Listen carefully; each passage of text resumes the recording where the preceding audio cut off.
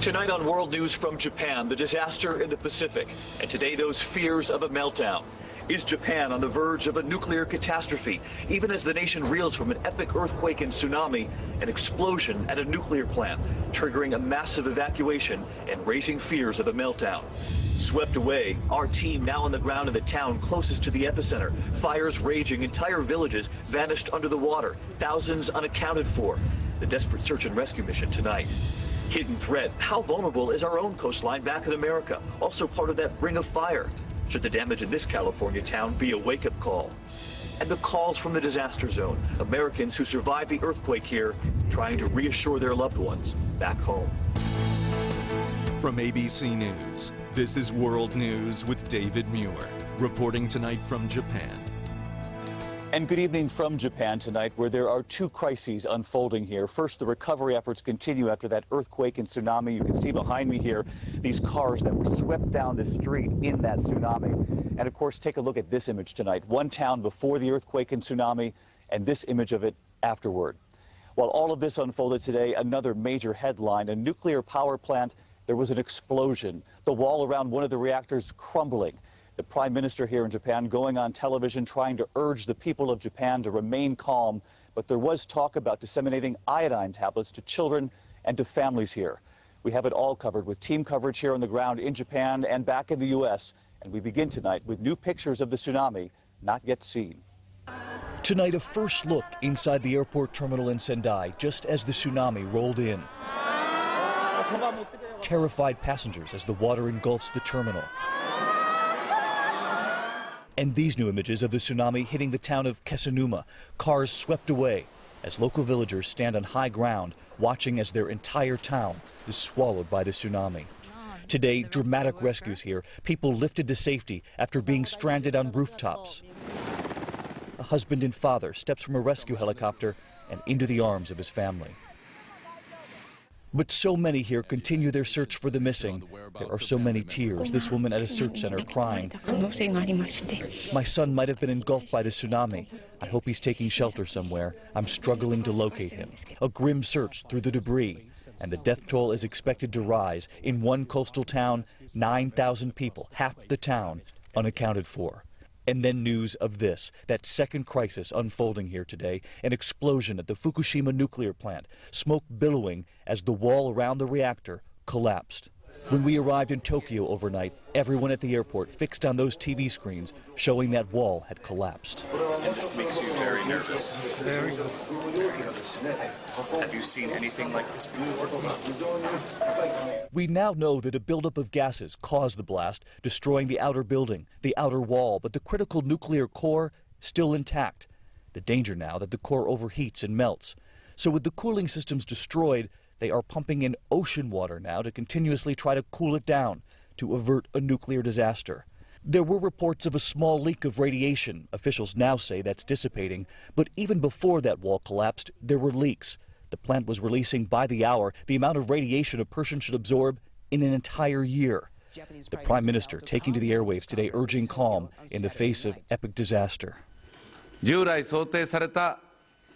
The safety of the people living near the reactor is of utmost priority, the Prime Minister said. We are facing a crisis of unprecedented proportions. Of course, we've all become familiar with those searing images out of Sendai, closest to the epicenter, entire communities under water and on fire. Today we learned our own Clarissa Ward made it the closest yet to that troubled city. Good evening, David. Well, just 5 minutes ago, we were driving through a city that looked remarkably normal with high-rise buildings and luxury stores. And now we're here in a landscape that I can really only describe as apocalyptic. This entire area was completely submerged by the tsunami. And I think you can see the scope of that damage. We're looking at cars strewn on top of crumpled houses. It's really hard to imagine how anybody could have survived this. A swath of destruction as far as the eye can see. After the quake, the port of this coastal city was swallowed by a wall of water. Villages and farms simply washed away. Fires continue to rage along the coast, and on solid ground, the frantic search for survivors is underway. Hundreds of bodies have already been recovered. Residents had about 40 minutes after the tsunami warning to move to higher ground. Tomoko Iko escaped with her 5-month-old daughter. When I got home, I heard a neighbor shouting, she said, a tsunami is coming. Hospitals in Sendai are treating the injured, but also providing shelter for the countless left homeless. My second son just built a house a month ago, this woman says, and now it's gone. And David, I don't know if you can hear those choppers circling overhead. All morning it's been wailing sirens, hundreds of soldiers flooding into this area. But with the scope of the devastation, it's hard to imagine where and how this rescue effort can really begin. David? Our thanks to Clarissa Ward tonight. The Prime Minister here in Japan, very aware of the rescue efforts there in Sendai, and of course of the nuclear power plant, the fear over the explosion here today. And our Christiana Manpour is also on the ground here in Japan, tracking that part of the story. Christiane. David, quite clearly this is the worst nuclear accident in Japanese history, and it may shape up to be one of the worst in the world ever. The Prime Minister of Japan went on television and urged calm, saying that the utmost priority for the nation is the safety of those people within the radiation zone. As you know, the evacuation order has now doubled to about 20 kilometers or 13 miles around the nuclear power plant, and what we've seen lately is pictures on Japanese television of people being treated for possible radiation sickness, people being tested, Japanese officials in full protective gear with what looks like Geiger counters measuring possible radiation on some of those civilians. And while people here are trying to come to grips with what this nuclear meltdown or potential meltdown might mean, there is an increasing sense of fear and an increasing sense that the Japanese authorities have not fully divulged the full extent of what's happened and what the danger may really be. David? Our thanks to Christiana Manpour, also here in Japan, reporting now. And almost immediately after the explosion today, there was talk of two other nuclear disasters, 3 Mile Island and Chernobyl. Tonight, David Curley on the history of those two accidents and what happened here today, the differences and the similarities. This explosion, these dramatic pictures, are only the tip of what could be a horrific scenario from this out-of-control reactor. This is an extremely serious situation, and we're not out of the woods yet. Here's why. This type of plant has a containment building on the outside, and inside a protective vessel that houses the red-hot nuclear core. To control that core, to keep it from overheating and melting, water is pumped in and out. That's critical for a nuclear reactor. If your water supply stops in a car, the radiator heats up, your engine seizes. In a reactor, the reactor heats up and it could blow. But the earthquake cut off electricity to the nuclear plant. Backup systems failed, so operators couldn't pump cooling water in. A buildup of steam and gas was vented into the building, and then that explosion. Thank God the vessel itself, which contains the superhot uranium, thank God that was intact. If that had ruptured, you're talking about an accident beyond comprehension. That could still happen. The worst-case scenario, the core overheats and melts down right through its vessel, releasing radiation into the air. Carried by the wind, those breathing in those invisible particles in a 20 to 50-mile range could increase their risk to certain cancers dramatically. That is why the Japanese started the unprecedented step of injecting seawater into the core to cool it. This is a last-ditch method. This method is not recommended in the manual, but they're doing it because they realize that the alternative is to expose the core, let it melt, create a steam explosion which will blow the reactor apart. That reactor being injected with salt water is basically lost, and an indication of how close to meltdown it has been in the past several hours. The government says just moments ago they have filled it now with water. They hope that it is stabilized. The utility also admits it has released some radioactive gas as well. And among those evacuated, 9 may have suffered radiation sickness. And tonight, new word that the cooling system has failed on another reactor. They are now hoping to vent it and pump in cooling water into it. And a third reactor has problems too. The government ordering the power company to make these changes, trying to get all these reactors under control. David? David Curley in Washington tonight. We want to turn now to Martha Raddatz, also following this story. Of course, great concern, the Obama administration watching developments, particularly with this explosion at this nuclear facility today. Martha, good evening. David, it's not just the Japanese people who are concerned about what the Japanese government is telling them. U.S. officials are concerned as well. This began right after the earthquake and tsunami. U.S. officials said the Japanese officials were very concerned about what's going on at the nuclear power plant, but they weren't telling people they were worried. They were, in effect, saving face.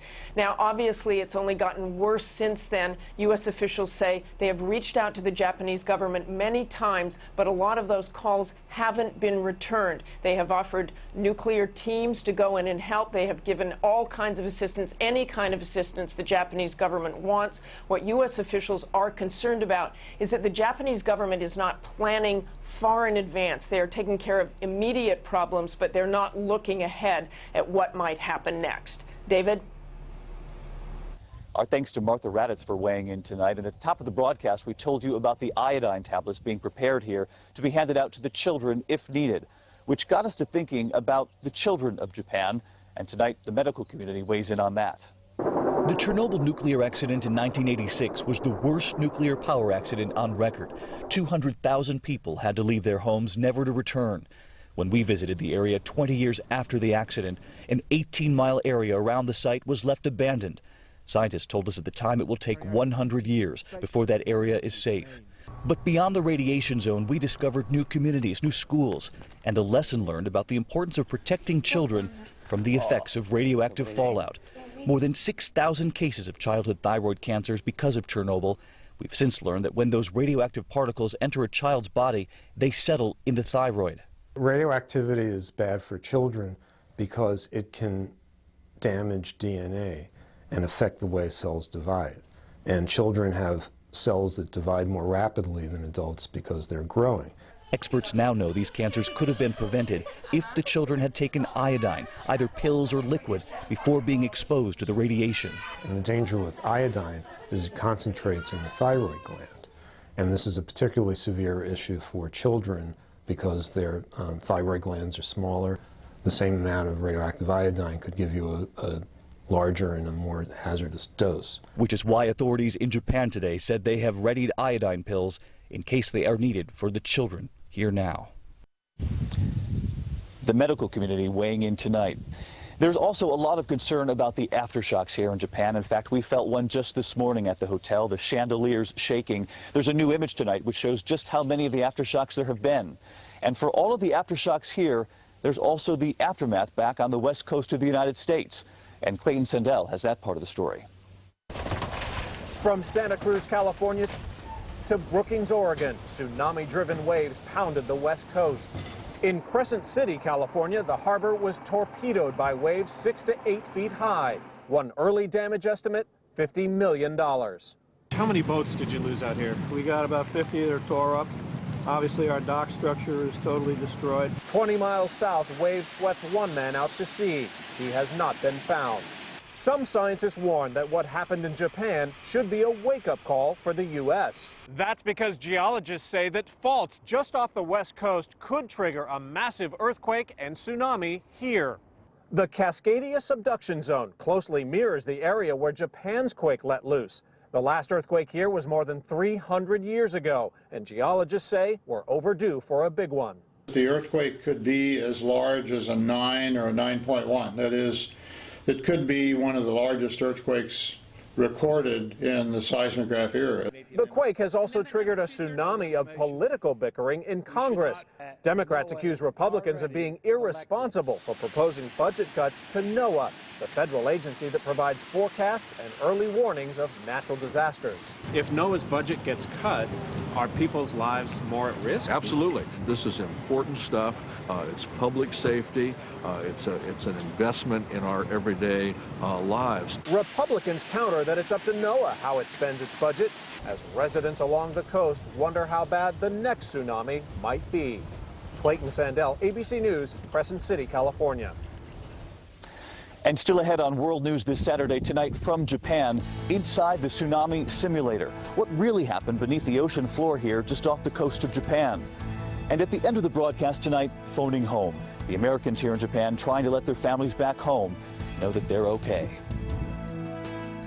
This is ABC World News with David Muir, brought to you by Dulcolax. Sometimes life can be, well, a little uncomfortable. But when it's hard or hurts to go to the bathroom, there's Dulcolac Stool Softener. Dulcolac Stool Softener doesn't make you go, it just makes it easier to go. Dulcolac Stool Softener. Make yourself comfortable. If your racing thoughts keep you awake, sleep is here on the wings of Lunesta. And if you wake up often in the middle of the night, rest is here on the wings of Lunesta. Lunesta helps you fall asleep and stay asleep so you can wake up feeling rested. When taking Lunesta, don't drive or operate machinery until you feel fully awake. Walking, eating, driving, or engaging in other activities while asleep without remembering it the next day have been reported. Abnormal behaviors may include aggressiveness, agitation, hallucinations, or confusion. In depressed patients, worsening of depression, including risk of suicide, may occur. Alcohol may increase these risks. Allergic reactions such as tongue or throat swelling occur rarely and may be fatal. Side effects may include unpleasant taste, headache, dizziness, and morning drowsiness. Ask your doctor if Lunesta is right for you. Get Lunesta for a $0 copay at lunesta.com. Sleep well on the wings of Lunesta. The deeper you go, the more good things you learn about oil and natural gas, an industry that supports 9.2 million American jobs, with 20% new jobs in natural gas alone since 2006. And from the energy and manufacturing plants to the fertilizer on the farm to the building blocks for tomorrow's medicines, we're fueling all kinds of jobs. So the next time we discover more oil and natural gas together underground, think of all the good that means above ground. Log on to learn more. Welcome back to Geico Radio. It's savings on the radio. Hello, George and Linda. Hello, Mr. Gecko. So we're such huge fans Of yours, and would be really honored if you would marry us. Me? Yeah, you just seem so smart and so... British sounding. I'm not really qualified to speak on matters of the heart. Look, I'll tell you this. When you insure more than one car with Geico, you could save even more with our multi-car discount. I now pronounce you thrifty. Geico. 15 minutes could save you 15% or more on car insurance. Those with frequent heartburn, imagine a day when we can eat what we want and sleep soundly through the night. Prevacid 24-hour. Just one pill helps keep you heartburn free for a full 24 hours. Happiness is a day without heartburn. Japan's powerful 8.9 earthquake didn't just shake this island, it literally moved it. Tonight, Matt Gutman takes a look at the changes beneath the ocean's surface and what set this earthquake up to begin with. The quake not only shook, it severed a slab of the Earth's crust about the size of New Jersey, 10,000 square miles. A destructive force equal to 300,000 Hiroshima-sized atomic bombs, sending shockwaves around the globe, bouncing cities as far away as New York and London by a fraction of an inch. It was so powerful that it warped the shape of the planet, accelerating the Earth's orbit by a microsecond, making the day a tiny bit shorter. The fault area, roughly 300 miles long and 30 to 40 miles wide, just west of Japan, slipped about 60 feet. And that force, which jolted through the Earth's somewhat elastic crust, moved Honshu, the main island of Japan, 8 feet. To give you a sense of the scale of how destructive this earthquake was, imagine that this one block was the size of the Haiti quake. This 30-block section, that was the China quake of 2008. Everything you see here, 900 blocks, that's the size of the Japan earthquake. And it unleashed that deadly tsunami, which Professor Brian House tried to simulate here at the University of Miami. If you were in the water in your swimming pool, your bathtub, if you go like that with your hands, you can move them just as fast, but you're not going to cause the surface to do much. But if you go like that, you will cause the surface to deform. A force of nature so incredibly powerful, he couldn't even simulate it in his lab. Matt Gutman, ABC News, Miami. And when we come back tonight, Dan Harris in New York with the other headlines of the day, including that horrific accident back in the States. We take it a day at a time. That's how it is with Alzheimer's disease. She needs help from me and her medication. The Exelon patch, it releases medication continuously for 24 hours. She uses one Exelon patch daily for the treatment of mild to moderate Alzheimer's symptoms. It cannot change the course of the disease. Hospitalization and rarely death have been reported in patients who wore more than one patch at a time. The most common side effects of Exelon patch are nausea, vomiting, and diarrhea. The likelihood and severity of these side effects may increase as the dose increases. Patients may experience loss of appetite or weight. Patients who weigh less than 110 pounds may experience more side effects. People at risk for stomach ulcers who take certain other medicines should talk to their doctor because serious stomach problems such as bleeding may worsen. People with certain heart conditions may experience slow heart rate. Whenever I needed her, she was there for me. Now, I'm here for her. Ask the doctor about your loved one trying the Exelon patch. Visit exelonpatch.com to learn more. An everyday moment can turn romantic anytime. And when it does, men with erectile dysfunction can be more confident in their ability to be ready with Cialis for daily use. Cialis for daily use is a clinically proven low-dose tablet you take every day, so you can be ready anytime the moment's right. Tell your doctor about your medical condition and all medications, and ask if you're healthy enough for sexual activity.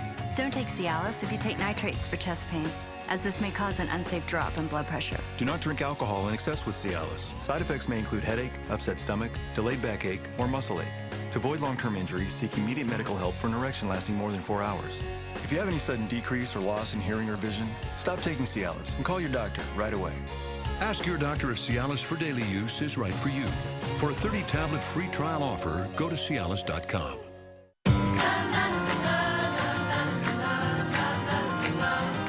Every day, thousands of people are switching from Tylenol to Advil. To learn more and get your special offer, go to takeadvil.com. Take action. Take Advil. Today, we're going to surprise people with the taste of Activia. This is really good. Great flavor. It's really creamy. It's really tasty. Oh, wow. Jamie and Curtis. It's Activia. It's really yummy. It's delicious. Taste it, love it, or it's free. Activia. This millionaire goes from riches to rags. Wow. As real-life heroes inspire him to give away an unbelievable amount from his own fortune. I want to give you something. A miracle just happened. Secret Millionaire, all new Sunday 8/7 Central on ABC.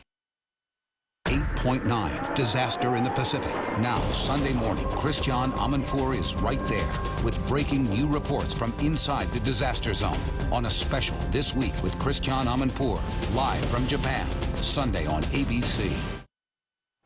And good evening, I'm Dan Harris in New York. 14 people have died in a horrific bus accident on I-95 in the Bronx here in New York City. The tour bus was returning from a casino in Connecticut when its top was sliced off from one end to the other by the support pole of a highway sign. 8 people got hurt, many of them with very serious injuries. The driver says he lost control after dodging a swerving tractor trailer, which then left the scene. Police are now looking for the driver of that truck. This is a wet and anxious weekend throughout the Northeast. Rivers from Maryland to Maine have or are about to overflow their banks, closing roads and forcing hundreds of people from their homes. Several states are now under a flood watch tonight thanks to heavy rains and also melting snow. And in sports, the NFL officially locked out its players today, putting the fall season at risk. This comes just hours after contract talks broke down over how to divvy up a $9 billion pot. The players have now decertified their union and brought an antitrust lawsuit against the owners. And one note from the Middle East tonight, the 22 nations of the Arab League have now called on the United Nations to impose a no-fly zone over Libya. This is a surprising move that ups the pressure on the U.S. and also on NATO to take action against Muammar Gaddafi, even as his forces delivered a major setback today to the rebels. Loyalist troops have now retaken the key oil port of Ras Lanuf. And when we come back, David Muir in Japan with the Americans there trying to let their families back here know that they are okay. COPD makes it hard to breathe, so I wasn't playing much of a role in my own life. But with Advair, I'm breathing better. So now, I've got the leading part. Advair is clinically proven to help significantly improve lung function. Unlike most COPD medications, Advair contains both an anti-inflammatory and a long-acting bronchodilator working together to help improve your lung function all day. Advair won't replace fast-acting inhalers for sudden symptoms and should not be used more than twice a day. People with COPD taking Advair may have a higher chance of pneumonia. Advair may increase your risk of osteoporosis and some eye problems. Tell your doctor if you have a heart condition or high blood pressure before taking Advair. If you're still having difficulty breathing, take the lead. Ask your doctor if including Advair could help improve your lung function. Get your first full prescription free and save on refills at advaircopd.com. Inside the 2011 Dodge Journey is an 8.4-inch touchscreen that lets you control the stereo volume, radio tuning, climate controls, turn-by-turn navigation, and Bluetooth activation. Technology, inside technology, controlling more technology. Welcome to the future. Now, lease the new 2011 Dodge Journey Main Street for $299 a month for well-qualified lessees. Today, we're going to surprise people with the taste of Activia. This is really good. Great flavor. It's really creamy. It's really tasty. Oh, wow. Jamie and Curtis. It's Activia. It's really yummy. It's delicious. Taste it, love it, or it's free. Activia. For 3 hours a week, I'm a coach. But when I was diagnosed with prostate cancer, I needed a coach. Our doctor was great, but with so many tough decisions, I felt lost. United Healthcare offered a specially trained RN who helped us weigh and understand all our options. For me, cancer was as scary as a fastball is to some of these kids, but my coach had hit that pitch before. Turning data into useful answers. We're 78,000 people looking out for 70 million Americans. That's health in numbers. United Healthcare. Impressive resume. I see you're flatulent in 3 languages, graduated top of your gas. Got gas on your mind? Your son Rip is on line toot. Try Gas X. Powerful relief from pressure and bloating in a fast-acting chewable. Gas X. Pressure's off. ABC, your destination for the NBA Sunday Showcase. Tomorrow, Dwight Howard and the Magic continue a challenging road trip out west when they stop in Phoenix to take on Steve Nash and the Suns. Coverage begins tomorrow at 3 Eastern on ABC. And finally tonight here from Japan, as you can imagine, communication here has been almost impossible. In fact, in the northeastern part of the island, you can't even use the telephone. The lines are jammed, loved ones here trying to communicate with one another. And for American families back home trying to check in with their loved ones here, it's been nearly impossible. Oh my God, what the? Yosuke Shirakawa is 19 years old, born in Kentucky. He's studying here in Tokyo, and he filmed the earthquake while taking shelter underneath his desk. Everything started to turn really violent, and that's when I hid under the desk and saw everything fall to the ground in my room. Everything was shaking. It felt like a wrestler was actually like grabbing me and shaking me back and forth. Condon Grames is a missionary based here in Japan. He's lived here for 15 years, surviving countless earthquakes. I've never seen anything, never felt anything like this before, and this had everybody in a panic. Jane Udy's husband, Danny, from Pineville, Louisiana, works at the Fukushima nuclear power plant, the one today that made headlines. She last spoke to her husband right after the earthquake. I got my one and only call from him when they met up at the hotel, and they found it was just about destroyed. But late today, we learned that Jane heard from one of her husband's co-workers, telling her that her husband is safe and making his way south to Tokyo. And there was Priscilla Pratt, with no news of her daughter Lena for 6 hours. I don't know whether my daughter's dead or alive. Finally, I'm like, well, she's alive. a happy ending found through a message on Facebook. You love you all so much. Plan to still fly out tomorrow. Sorry. Thankful for that message on Facebook. That is the broadcast from Japan tonight. This week with Christiane Amanpour from Japan here tomorrow morning. And Diane Sawyer begins reporting here this weekend. She'll be here for World News starting on Monday. And don't forget GMA, first thing in the morning.